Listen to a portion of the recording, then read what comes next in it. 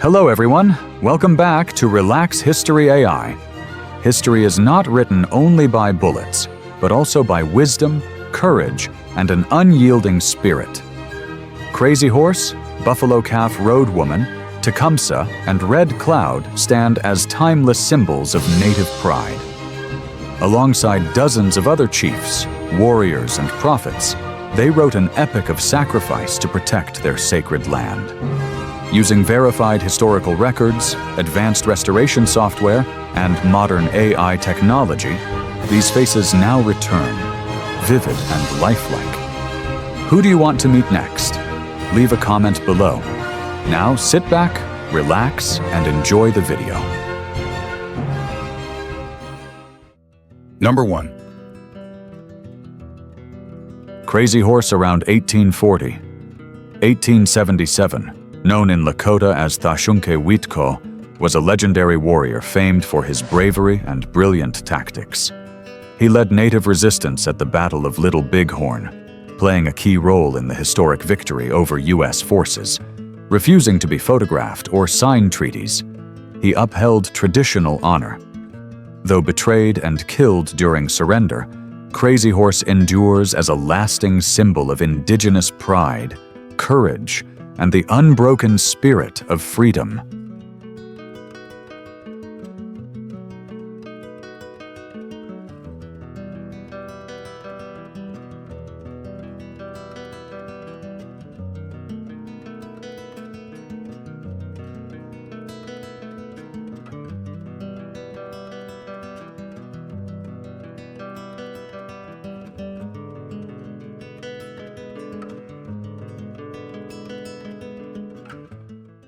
Number 2. Buffalo Calf Road Woman, around 1844. 1879, was a legendary Cheyenne warrior, honored for rescuing her brother at the Battle of the Rosebud and striking the fatal blow against Custer at Little Bighorn. Brave, swift, and fiercely loyal, she was a rare image of a woman charging into battle on horseback. Though she died young during exile, she endures as a powerful symbol of courage, indigenous pride, and the enduring role of women in the story of war and resistance.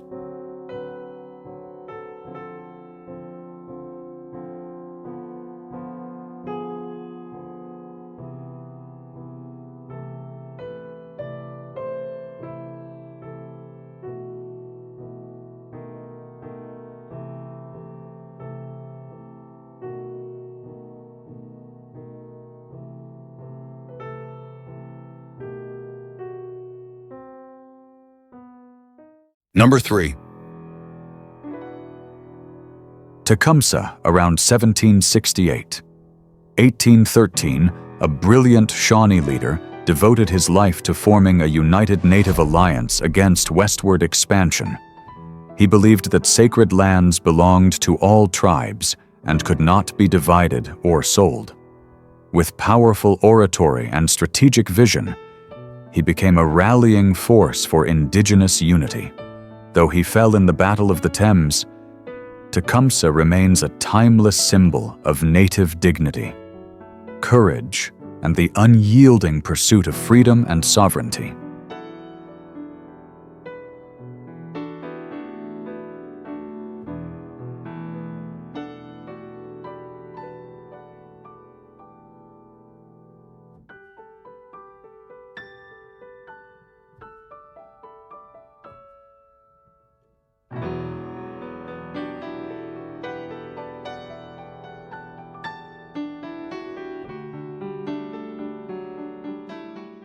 Number 4.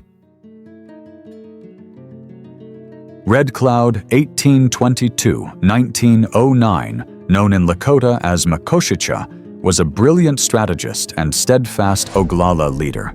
He led the only native war that forced the U.S. to sign a treaty and withdraw.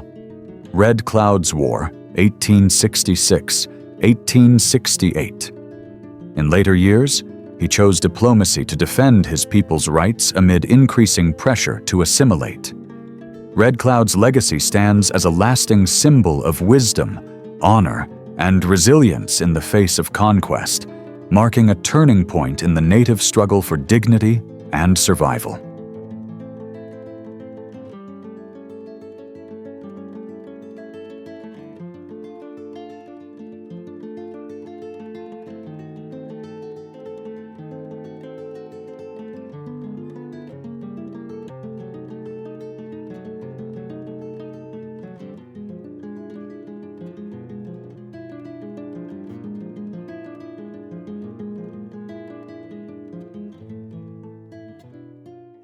Number 5.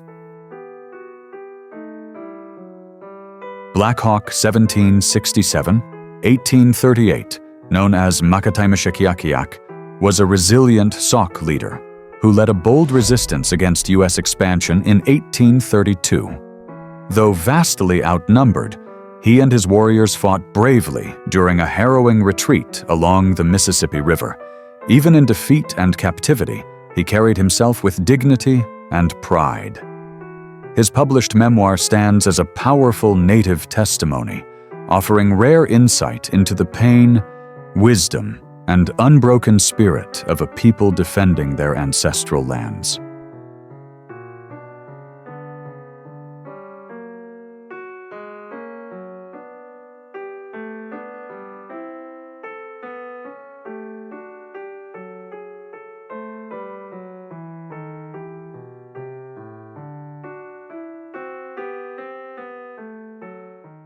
Number 6. Cochise around 1805-1874, the legendary leader of the Chiricahua Apache, led over a decade of resistance against the United States, following a wrongful arrest in 1861. Master of guerrilla tactics, he turned the rugged Arizona mountains into a fortress, frustrating U.S. forces for years. In 1872, Cochise negotiated an honorable peace, becoming the first Apache chief to do so. He died a free man, remembered as a symbol of courage, wisdom, and the indomitable spirit of his people.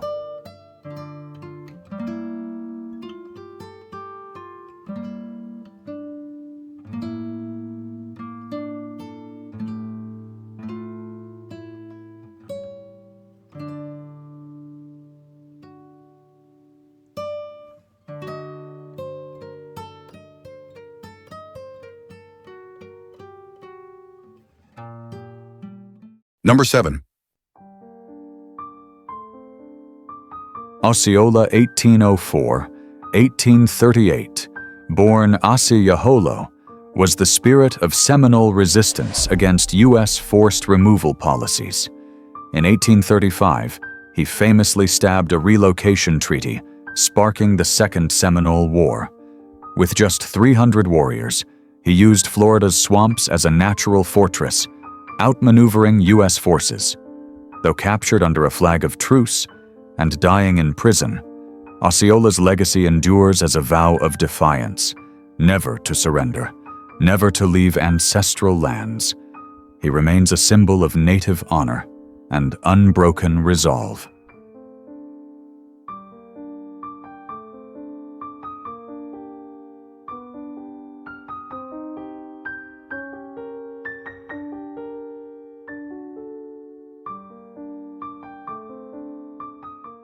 Number 8.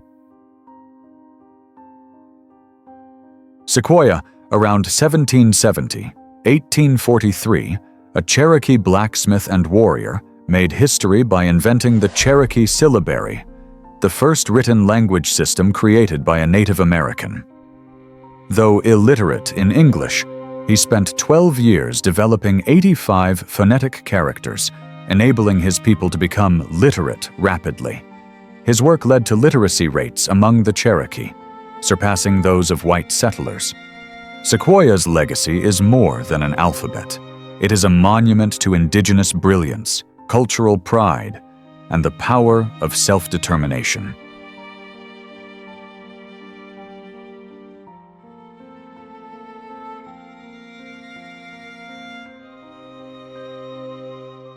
Number 9. Tenskwatawa, 1775-1836, The younger brother of Tecumseh was once a despised alcoholic before a divine vision in 1805 transformed him into the Shawnee prophet. He urged native tribes to reject white influence and return to ancestral traditions. His prophecy of a shaking earth matched the 1811 earthquake, strengthening his authority and providing the spiritual foundation for Tecumseh's alliance. Though defeated at Tippecanoe, Tenskwatawa remains revered as the awakened spirit who planted the seeds of resistance for a generation.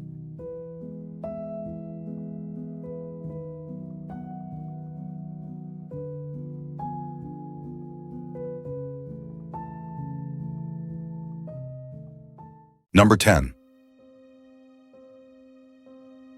Wovoka, 1856. 1932, also known as Jack Wilson, was a Paiute prophet who founded the ghost dance movement after a vision in 1889.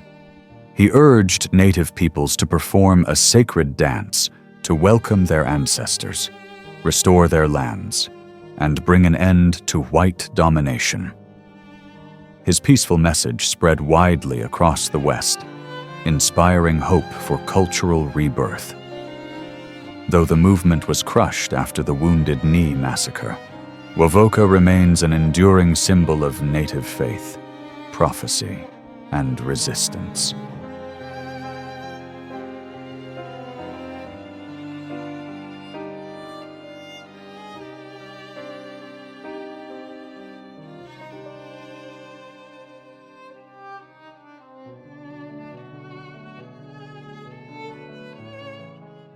Number 11.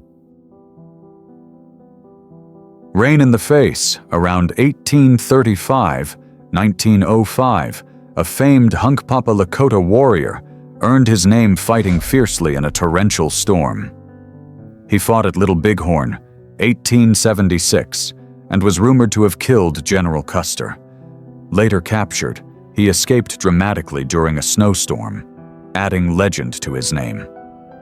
Though myths and debates surround him, Rain in the Face remains a powerful symbol of native resistance, an old warrior who, in his final years, proudly passed down stories of battle and honor to the next generation.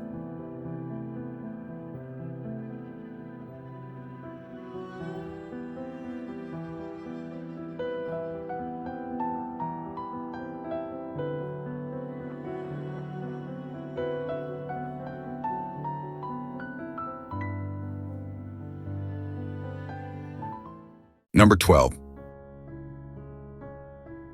Gall, around 1840-1894, known as Pizzi, rose from poverty to become the chief strategist of the Hunkpapa Lakota. At Little Bighorn, 1876, he led the decisive assault against Major Reno's forces, helping secure a historic native victory. After the loss of his family, Gall fought relentlessly before choosing peace. In his later years, he became a pragmatic leader who urged his people to adapt to a changing world without losing their identity. Gall remains a symbol of fierce resolve and cultural survival.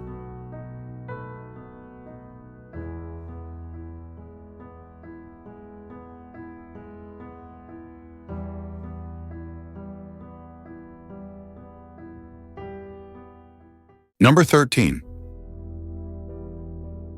Standing Bear, around 1829-1908, chief of the Ponca, made legal history in 1879 when he told a U.S. court, "I am a man." After walking 500 miles through snow to bury his son, he was arrested and put on trial. The court ruled in his favor, recognizing for the first time that Native Americans are entitled to legal protection as persons. Standing Bear's quiet defiance laid the first legal foundation for Native citizenship and helped reshape the struggle for indigenous civil rights in America.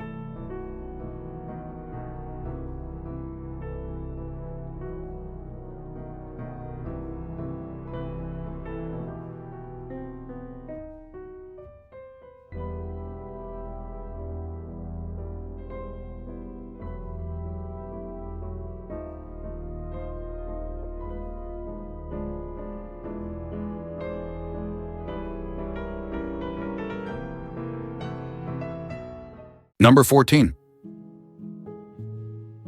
Quanah Parker, around 1845-1911, son of a Comanche chief and a white woman, was the last war leader of his people and a builder of peace. From commanding the Red River War, he became a successful cattleman, a presidential advisor, and founder of the Native American Church, blending peyote rites with indigenous belief. His life bridged two worlds, the warrior of the plains and the statesman at the table. Quanah's legacy endures as a model of adaptation without surrender of identity.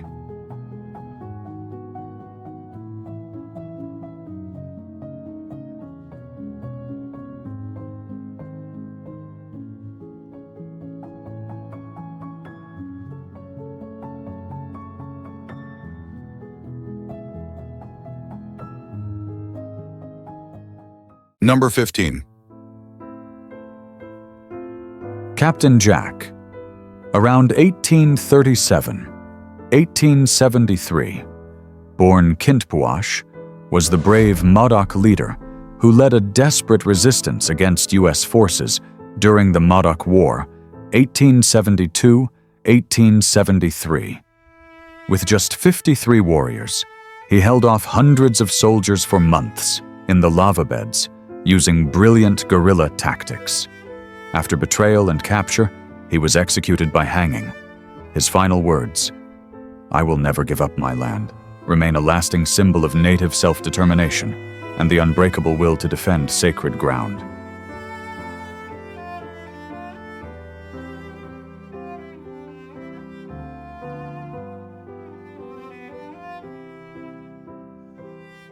Number 16. Little Turtle, around 1752-1812, known as Michikinakwa, was the legendary Miami war chief and a brilliant strategist of the Northwestern tribes. He led decisive campaigns at the battles of Harmar, 1790, and St. Clair, 1791, inflicting over 900 American casualties. He was the only native leader to defeat 3 American generals in succession. Later, he turned to diplomacy, signing the Treaty of Greenville, 1995, to protect his people's remaining lands.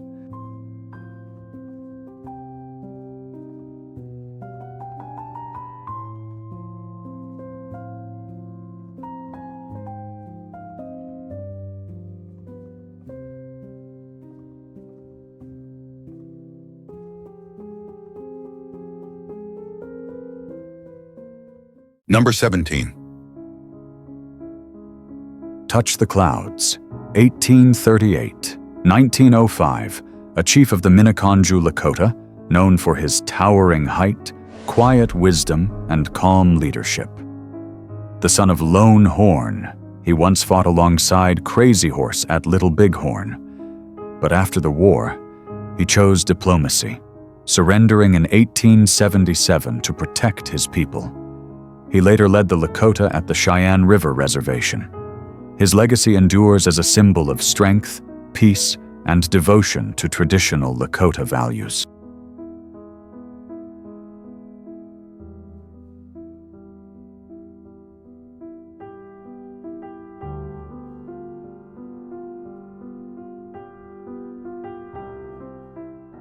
Number 18.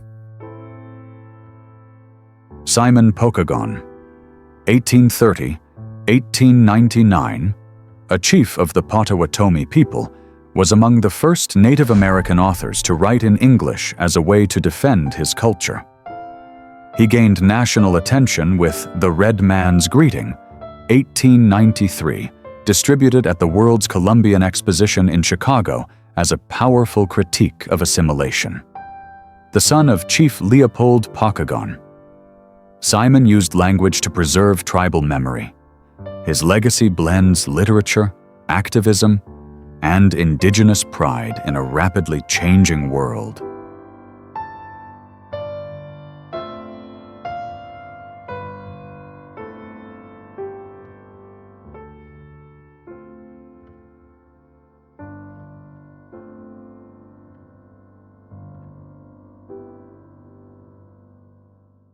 Number 19. Lozen, circa 1840–1889. A female warrior and prophet of the Apache, was the sister of Chief Victorio, and was called the War Goddess for her uncanny ability to sense the enemy. She was a close ally of Geronimo, and the only female warrior fully respected by Apache men. Her life became a legend of courage, with one arm cradling a child and the other holding a rifle. She led women and children across the freezing Rio Grande.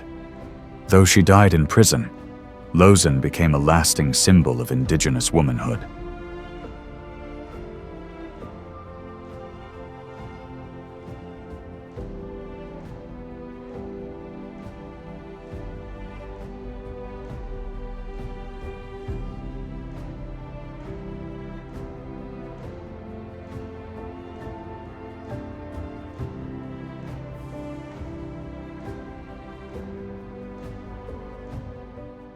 Number 20. Victorio, circa 1825–1880, a brilliant leader of the Chihenne Apache, was known as the Desert Fox for his extraordinary combat skills and evasive tactics through the mountains of Mexico and New Mexico. Fighting alongside Mangas Coloradas and Cochise, he led fierce resistance against forced relocation, using guerrilla warfare that vanished like mist. He held off 3,000 U.S. and Mexican troops for 3 years. His death at Tres Castillos turned him into an immortal legend in Apache memory.